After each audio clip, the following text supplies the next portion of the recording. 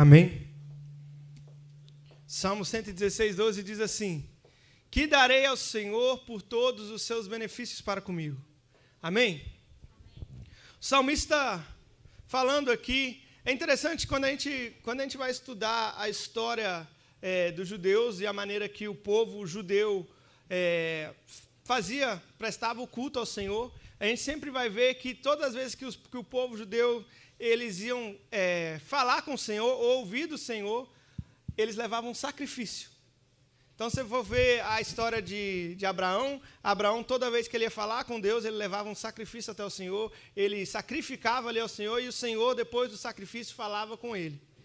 Quando a gente vê Isaac e Jacó, todos eles seguiam essa linhagem, onde levavam um sacrifício para Deus, e ali o Senhor, depois do momento do sacrifício, o Senhor falava com ele. É uma razão que a gente, antes da palavra, vem o momento da oferta. A gente entende que sem o sacrifício não existe, o Deus não fala com o povo. Ah, pastor, o senhor está falando que Deus não pode falar? Não, não é isso. Mas quando a gente vê a história bíblica, acontece isso. E aqui a gente vê o salmista falando: que darei ao Senhor por todos os benefícios que Ele tem me dado. Olha, quando a gente olha, eu estava pensando, enquanto eu pensava sobre essa palavra de oferta, eu estava pensando no meu fim de semana, né, essa sexta-feira, eu e a Samela e a Olivia, a gente foi até um campo, encontrar com o pessoal da igreja que estava lá, e a gente teve um momento muito agradável. Eu brinquei com a Olivia, e a gente andou de bicicleta, e a gente nadou junto, e a gente brincou, e rolou aí aquela felicidade, e eu vendo todas aquelas fotos, né, que a gente tirou ali, da brincadeira, da felicidade dela. E hoje de manhã, enquanto a gente arrumava para vir para o culto, eu com ela no colo, dando a mamadeira dela de manhã, e eu pensando: quão bom Deus tem sido comigo. Quão bom Deus tem sido. Obrigado. Quão bom Deus tem sido comigo. Quantos benefícios que o Senhor tem me dado. Olha só. Pensa para você, sua casa e sua família. O Senhor tem sido bom com você? Quando você olha para a sua família, quando você olha para os seus filhos, quando você olha para o seu cônjuge, quando você olha numa visão geral, e não falando que você não vai passar por nenhuma dificuldade, e não falando que não existem momentos difíceis, talvez você está falando assim: pastor, para mim nesse momento é difícil ver a bondade de Deus, porque eu estou passando por um momento difícil. Mas pare e pense em tudo que o Senhor tem feito. Você está aqui hoje, você está respirando hoje, você está bem. Você está em um ambiente de família. Quão bom o Senhor tem sido conosco. E aqui nós vemos o salmista falando: olha, o que darei ao Senhor? Ele fala assim: olha, o Senhor tem sido tão bom comigo, o que é que eu posso dar para Ele como um presente de gratidão? Quando nós falamos sobre dízimos e ofertas, nós falamos sobre lealdade, nós falamos sobre obediência, mas nós também falamos sobre gratidão. O coração grato, ele não tem dificuldade em dar. Pensa só, a pessoa que é grata, ela geralmente é generosa. Já percebeu isso? Uma pessoa, quando ela é muito grata, normalmente ela é generosa. O coração grato, ele não tem a dificuldade em dar. E o salmista está falando: olha, o Senhor tem sido tão bom. E olha, para a gente ter um coração grato é muito simples. É só a gente olhar para a bondade de Deus sobre a nossa vida. É impossível não ter um coração grato quando nós olhamos, né? Assim como diz aquela velha canção, né? Conte as bênçãos, dizem quantas são, recebidas da divina mão. Olha, quando a gente começa a contar, a verdade é que a gente, muitas vezes, pode até se esquecer de algumas, e a gente não consegue contar todas elas, porque o Senhor é bondoso conosco. E nesse coração de gratidão, eu quero convidar você a ofertar e a dizimar ao Senhor, a pensar quão bom o Senhor tem sido comigo. E hoje vamos entregar uma oferta de gratidão ao Senhor. Amém? Eu vou deixar você preencher o seu envelope. Se você ainda não tem o envelope, pode levantar a mão. Eu estou vendo aqui que esse aqui já está preenchido.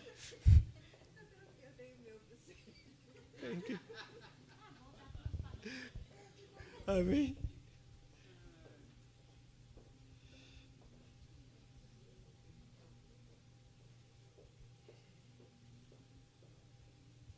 Você pode fazer também pelo Zé, seu dízimo, sua oferta. E eu quero convidar você a ficar de pé. Vamos falar com o Senhor. Pai, nós te agradecemos, Deus, por esse dia. Te agradecemos, Senhor, por sua bondade, pelo seu amor, pela sua graça, pelo seu cuidado, Pai. Nós te agradecemos porque até aqui tem nos ajudado, Senhor, até aqui o Senhor tem nos sustentado, até aqui o Senhor tem cuidado de nós, Pai. E agora, Senhor, como uma oferta de gratidão, como um símbolo de gratidão, nós entregamos nossos dízimos e nossas ofertas. Te pedimos, Senhor, que o Senhor venha suprir para a nossa casa, nossa família, que em tudo nós possamos ver a sua boa mão, Pai. Cuida de nós, Senhor. Nós agora entregamos, Pai, e as ofertas a Ti, Senhor. Como sacerdote do Senhor, Pai, nós entregamos a Ti, consagramos elas a Ti, Pai. Recebe, Senhor, nossa adoração neste lugar. Em nome de Jesus. Amém. Amém. Pode trazer o seu dízimo, sua oferta. Teologia pra explicar, Som. ou Big Bang pra disfarçar. Pode alguém ter duvidar? Sei que há um Deus a me guardar. E eu, tão pequeno e frágil, querendo sua atenção. No silêncio encontro resposta certa então. Dono de toda a ciência. Amém. Voltei.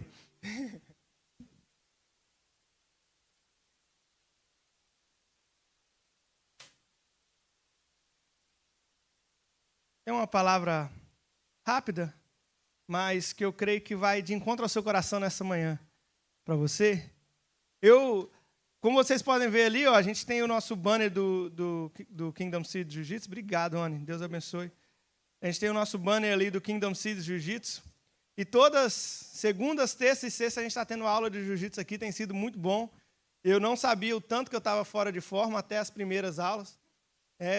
Tiveram que levantar minhas pernas aqui para a alma voltar para o corpo, algumas vezes. Mas tem sido bom demais. E aí eu comecei, né? E quando eu estou focado em algo, quando eu estou muito focado em algo, eu só consigo ver coisas daquilo, eu começo a pesquisar aquilo, e crescer naquilo, e entender aquilo. E eu fui lá, né? Comecei faixa branca. Falei assim, vamos ver quanto tempo que vai para eu chegar na faixa preta, né? Humilde, nem pensando nas provas, não, pensando já na preta. E aí eu peguei e abri assim a internet e procurei, né? Quantos anos demora para você chegar na faixa preta de jiu-jitsu? Aí a internet, a animadora do jeito que é, falou assim, de 10 a 12 anos. Eu falei, misericórdia. Misericórdia. E aí eu falei, mas 12 anos? Cara, daqui 12 anos eu estou com 40. Daqui 12 anos eu já... Falei, Jesus amado. Aí eu pensando comigo, será que eu aguento 12 anos para eu conseguir chegar até lá? Será que eu aguento passar por esse processo? E hoje é sobre isso que eu quero falar com você. Nossa mensagem hoje é sobre permanecer. O segredo é permanecer. Abra sua Bíblia em Lucas 9, 62.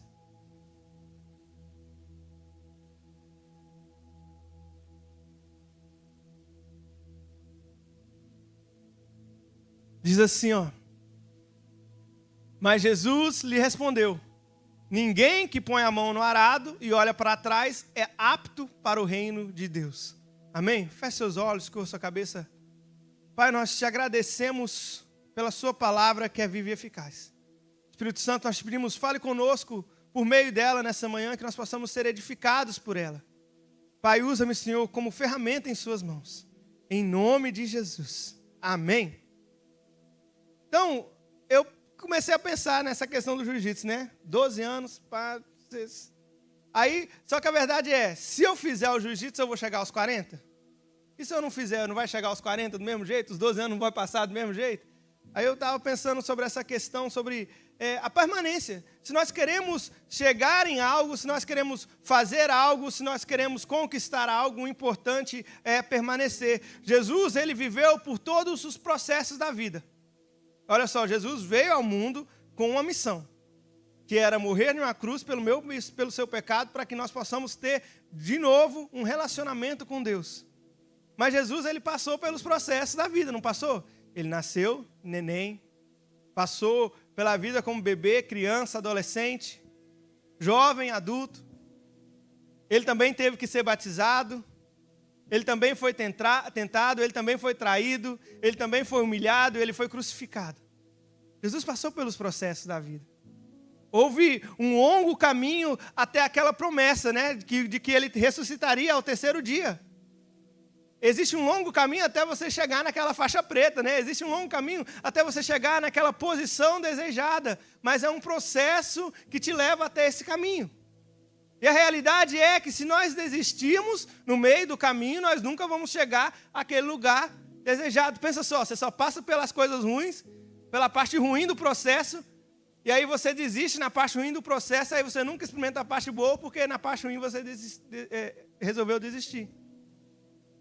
Na Bíblia nós vemos alguns exemplos de pessoas que também passam por esse processo, né? Quando nós falamos daquele jovem rico que se achega até Jesus, e ele fala com Jesus, olha, o que eu preciso para herdar o reino do céu? E Jesus fala assim, cumpre todos os mandamentos, honre seu pai e sua mãe. Ele falou, não, eu já faço isso tudo. Então Jesus fala assim, então pega as suas riquezas, vende tudo que você tem e dá aos pobres. E aquele jovem rico sai atormentado, e a Bíblia vai falar porque ele tinha muitas riquezas. Ele nem começou o processo e ele já desistiu. Você está falando assim, você está querendo chegar lá? Então, essa é a primeira parte do processo. Ele nem começou o processo, ele desistiu. Nós vemos também Judas Iscariotes, que saiu do processo pertinho do final. Caminhou com Jesus, andou com Jesus, ouviu de Jesus, assim como todos os outros discípulos, ele aprendeu com Jesus e passou por tudo aquilo com Jesus, e quando estava chegando perto do final, Judas, ele decide trair Jesus e vender Jesus. E ele desiste no processo, ele sai do processo bem pertinho do final. Mas nós também vemos a história de Pedro. Pedro, que Jesus veio até ele era um pescador. E a Bíblia vai falar que ele era um homem de sangue quente, né? Um homem, eu imagino que é aquele que fala e depois pensa, que age e depois para e pensa. É aquele homem sanguíneo, né? Que não consegue, quando viu já fez.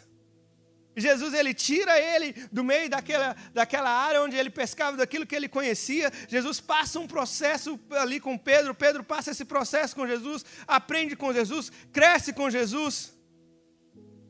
E no meio do caminho ele tem algumas dificuldades. Sim, nós vemos que no momento da crucificação, Jesus fala assim, olha, 3 vezes você vai me negar. E Pedro fala, não, e acaba negando também. Mas Pedro se reconcilia com Jesus, e após Jesus subir até o céu, Pedro faz a missão para a qual ele foi chamado. Ele chega no lugar onde Jesus falou assim, olha, eu vou te levar até lá. E mais ainda do que isso, Pedro, depois de ser martirizado, depois de ser morto, eu creio que ele já está no céu com Jesus. Ele chegou naquele lugar, mas é porque não desistiu. Pedro não desistiu. Pedro permaneceu, ele permaneceu naquela promessa, permaneceu focado no que Jesus tinha falado com ele. Se nós queremos chegar até qualquer lugar, você fala da sua área acadêmica, você fala da sua área financeira, você fala da sua área familiar, você fala da sua área espiritual, o segredo é permanecer. Desistir não resolve o problema de ninguém. Desistir não resolve o problema de ninguém. O segredo é permanecer. E hoje eu quero falar com vocês sobre 4 coisas que podem atrapalhar o seu processo. Amém? A primeira coisa que pode atrapalhar o seu processo é perder o foco no meio da corrida. Olha só, Filipenses 3:13.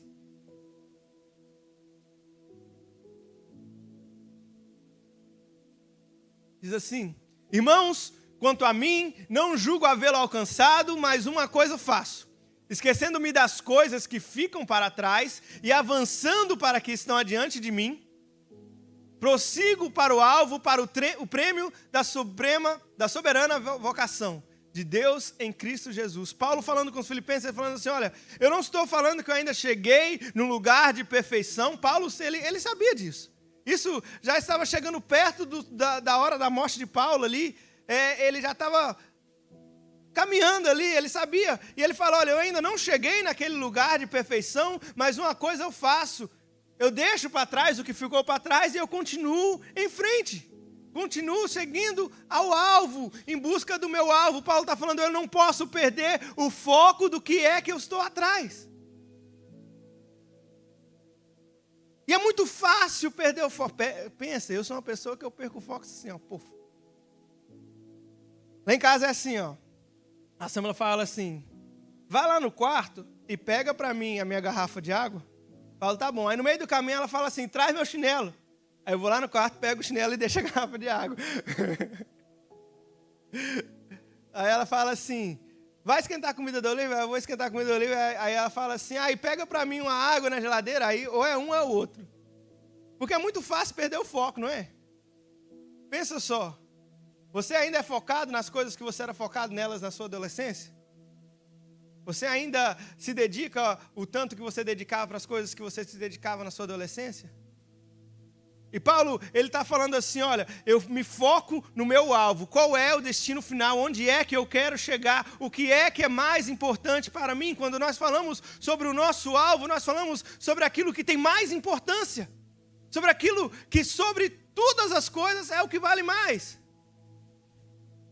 Nós vemos na história de Esaú e de Jacó, Esaú troca aquilo que é mais importante, ele troca o alvo dele, né, que era a sua primizia, ele troca por uma sopa de lentilha, que era aquilo que a alma dele desejava naquele momento.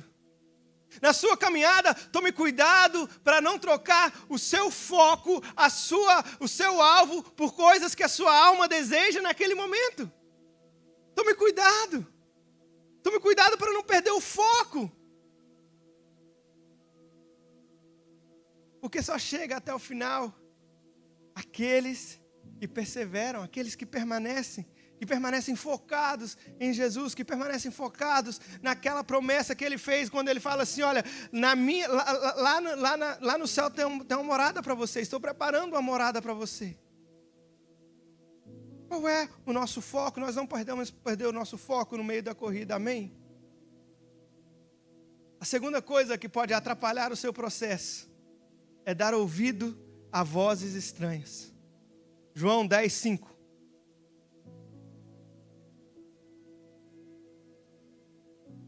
Diz assim, mas de modo nenhum seguirão o estranho, pelo contrário, fugirão dele, porque não conhecem a voz dos estranhos.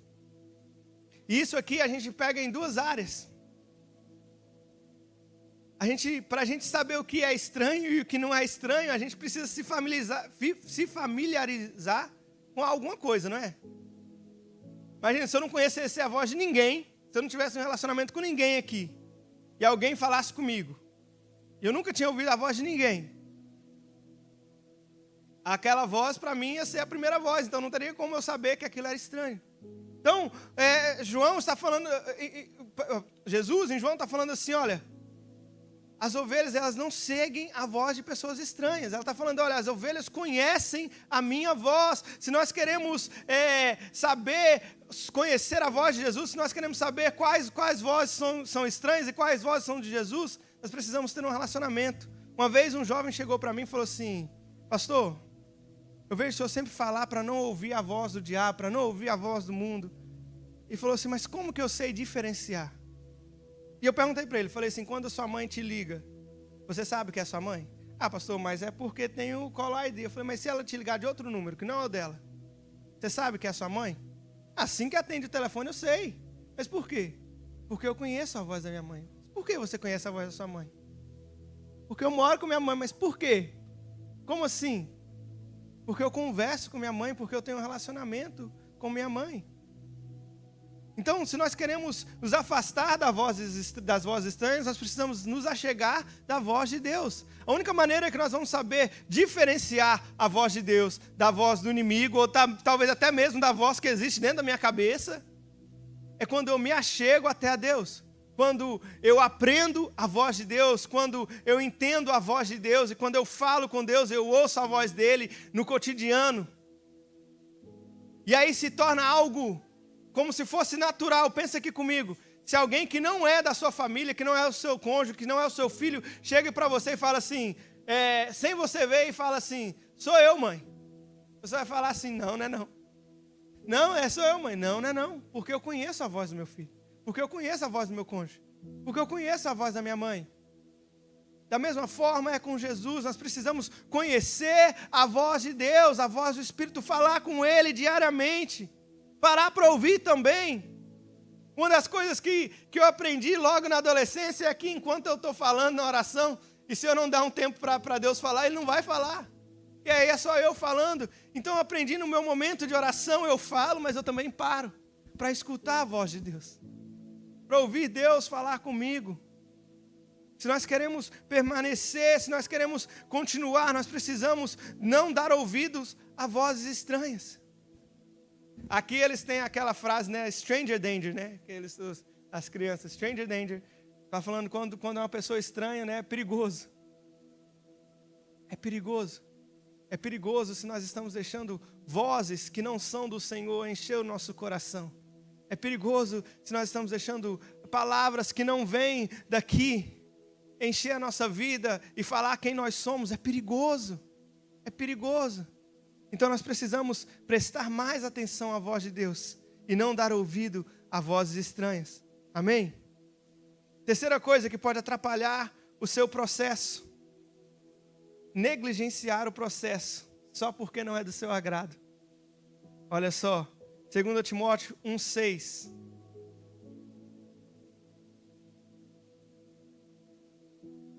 Por essa razão, venho lembrar-lhe que reavive o dom de Deus que está em você, pela imposição das minhas mãos. Muitas vezes, partes do processo não são agradáveis. Essa é a realidade. Existem partes do nosso processo para chegar até aquele lugar que nós queremos chegar, que doem, que machucam, partes que são chatas, partes que você precisa mesmo se dedicar a elas. E muitas vezes nós queremos deixar essas partes de lado, nós queremos passar só pelas coisas boas.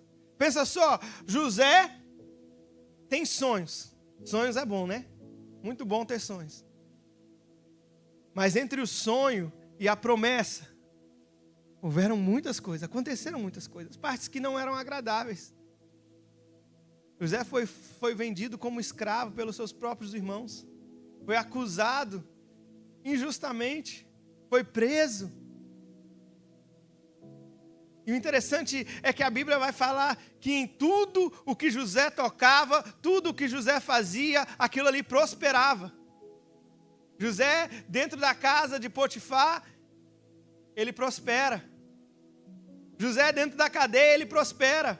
Ao nível de ser colocado encarregado da cadeia. Pensa só, um preso, e vai lá e fica encarregado da cadeia. Eu entendo que José, ele entendia os processos, ele entendia que para chegar até aquele lugar onde ele queria chegar, para chegar até o sonho que Deus tinha dado a ele, e eu imagino que houveram noites onde José falava assim: será que eu não estava viajando na maionese? Porque onde que eu estou? Mas para chegar até aquele lugar, ele entendia que ele precisava fazer o seu melhor onde quer que estivesse. Existem partes do processo que não são agradáveis. Não são agradáveis. Não são gostosas de passar. Mas não é por isso que eu vou chutar o balde e vou desistir desse processo e vou ignorar aquela parte. Não, Deus, isso aí o Senhor não precisa mexer, não.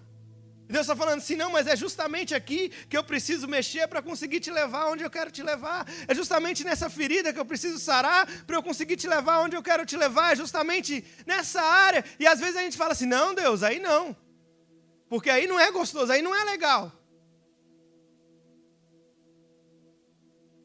Precisamos também passar pelas partes ruins do processo. Precisamos. Porque são momentos de aprendizado. São momentos de crescimento. Eu olho para trás do dia em que eu primeiro ouvi falar assim: você vai ser pastor um dia. Aí até hoje, né? Quando eu olho de lá para cá, eu vejo tanto que o Senhor me trouxe para crescer. Tantas coisas que eu tive que aprender. Vezes que eu tive que bater a cara. Vezes que eu tive que falar com Deus: Deus, eu não sei se eu quero isso não. Eu falei com Deus algumas vezes, mas eu não sei se eu quero isso não. Se nem começou ainda e está assim. Se esse processo já está assim. Deus está falando: não, mas eu tenho uma promessa para você. Permanece firme. Permanece firme. Se entregue. Passe pelo processo não focado na dificuldade que você está passando no momento, porque a dificuldade ela é momentânea, mas foque no alvo que Deus tem para você. No alvo que Deus preparou para você, naquele lugar que Ele tem te chamado para chegar.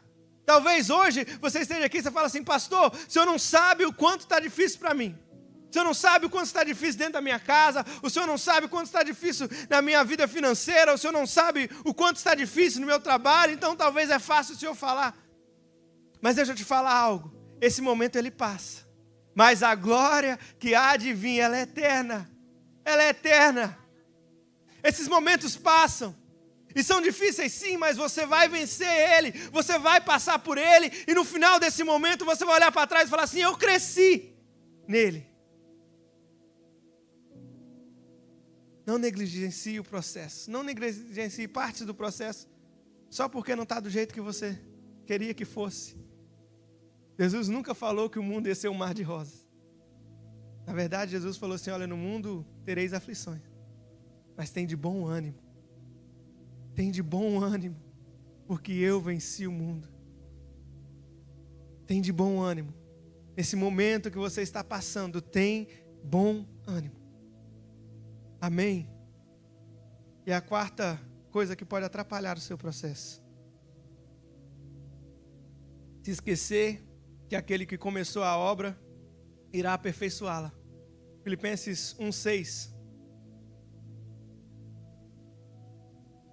diz assim: estou certo de que aquele que começou a boa obra em vocês há de completá-la até o dia de Cristo Jesus. A verdade é que no meio da caminhada, muitas vezes, nós começamos a duvidar. No meio da caminhada, muitas vezes, nós começamos a pensar demais. O povo, depois que sai do Egito, a Bíblia vai falar que no deserto, quando bate a fome neles, ao invés de olhar para Deus, eles começam a reclamar. Eu imagino que eles pensam assim: uai, mas como assim? A Bíblia vai falar que eles falam assim: ó, pelo menos lá no deserto, lá no Egito, a gente tinha cebola, a gente tinha pepino. Pelo menos agora aqui a gente vai morrer de fome. Quantas vezes no meio do nosso processo a gente começa, parece que duvidar que Deus irá fazer mesmo. A gente fala assim: será mesmo, Deus? Deus que nos livrou, Deus que nos libertou, que nos fez novo, que tem nos trago em um caminho. O povo viu Deus abrir o mar. O povo viu Deus mandar as 10 pragas sobre os egípcios. Mas ainda naquela caminhada ali, eles falam assim: o Senhor trouxe a gente aqui foi para morrer, né? Porque a gente nem comida tem. Eu acho interessante que quando você lê essa história, hora nenhuma você vê o povo parar e falar assim: gente, vamos orar para ver se Deus manda uma comida para a gente. Não, a primeira coisa é reclamar. Ah, Senhor, o Senhor trouxe a gente até aqui no deserto só para a gente morrer. Peraí, aquele que começou a boa obra em você, ele é fiel e justo para terminar. Ele pode fazer, ele vai fazer. Mas nós precisamos confiar, nós precisamos acreditar, nós precisamos nos entregar por inteiro, não deixar que a nossa visão seja embaçada pela realidade do momento. Nós não vivemos pelo momento. Nós não vivemos pelo momento. Porque se fosse pelo momento, talvez a gente já tinha até desistido, né? Nós vivemos pela palavra de Deus. E se Ele falou, Ele vai cumprir. Se Ele falou, Ele vai cumprir. Não desista, permaneça, se esforce, se entregue. Não desista. Não desista, não perca a visão de Deus. Não deixe que a visão que Deus te deu morra para a sua vida, para a sua casa, para a sua família. Pastor, mas o senhor não sabe o tanto que está difícil lá dentro de casa com meu esposo, com minha esposa, com meus filhos. O senhor não sabe, pastor, mas não desista. Não desista. Deus pode fazer tudo novo. Deus pode mudar todas as coisas.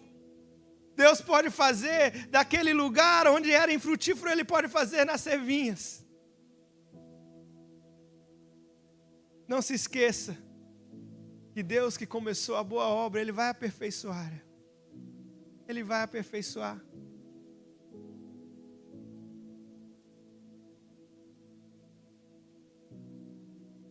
Mas existe um caminho, existe um processo. E talvez hoje, nessa manhã, você está passando, você está no meio desse processo. E você está falando assim, olha, eu já estou sem força. Eu já não sei mais o que fazer. Talvez nessa manhã você fale assim, pastor, é tudo muito lindo, tudo muito bonito, mas permanecer está sendo difícil, porque permanecer está machucando. Quero convidar você a ficar de pé nessa manhã e eu quero orar por você.